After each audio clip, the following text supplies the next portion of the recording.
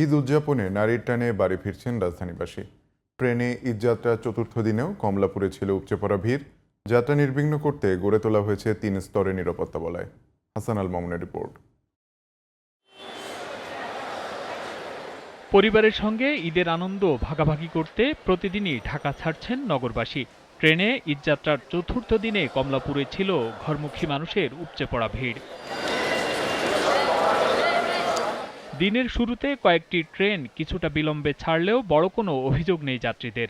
ঈদের মধ্যে তো একটু লেট করবেই, স্বাভাবিক এটা। তাও এত তো লেট হয় নাই, আর টিকিটও পাওয়া গেছে, মানে স্বস্তি, অনেক ভালো। যে একটু কষ্টদায়ক হলে যে বাচ্চাদের নিয়ে বসে থাকা এত গরমের মধ্যে, তারপর আলহামদুলিল্লাহ যে আসছে ট্রেন।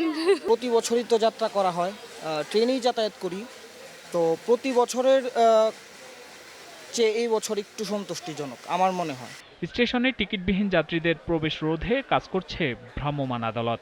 আমরা এই অভিযান বরাবরের মতোই করছি। গত ঈদেও আমাদের সার্বক্ষণিক অভিযান ছিল। বাংলাদেশ রেলওয়ে এবং রেলপথ মন্ত্রণালয় যৌথ প্রযোজনায় আমরা এই অভিযান পরিচালনা করছি।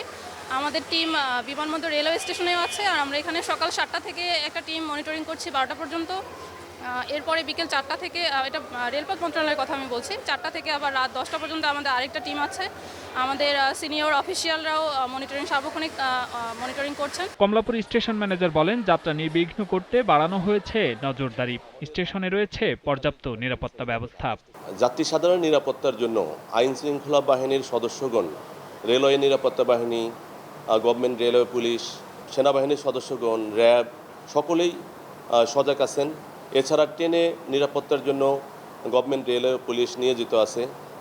ঈদ যাত্রায় বিশেষ ব্যবস্থা গ্রহণ করা হয়েছে, যেগুলো সুষ্ঠু এবং নিরাপদ ট্রেন পরিচালনার স্বার্থে বিভাগীয় কন্ট্রোল অফিস এবং জোনাল কন্ট্রোল অফিসে সমূহে মনিটরিং সেল গঠন করা হয়েছে। নির্বিঘ্ন ও ভোগান্তিহীন ঈদযাত্রার জন্য সার্বিক ব্যবস্থাপনায় খুশি সাধারণ যাত্রীরা। Hasan Al Mamun, GTV news, Dhaka.